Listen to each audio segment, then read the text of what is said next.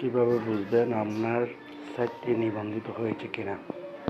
প্রথমে *16161# দিয়ে ডায়াল করতে হবে।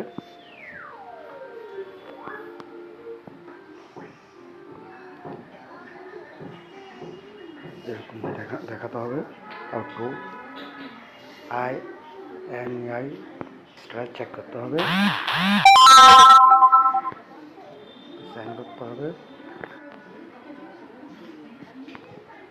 সেন্ড। এরকম একটা নোটিফিকেশন আসবে,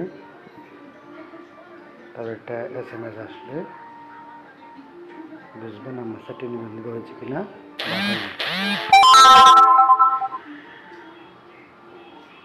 হ্যাঁ, এখানে দেখা যাচ্ছে যে আমারটা নিবন্ধিত হয়েছে।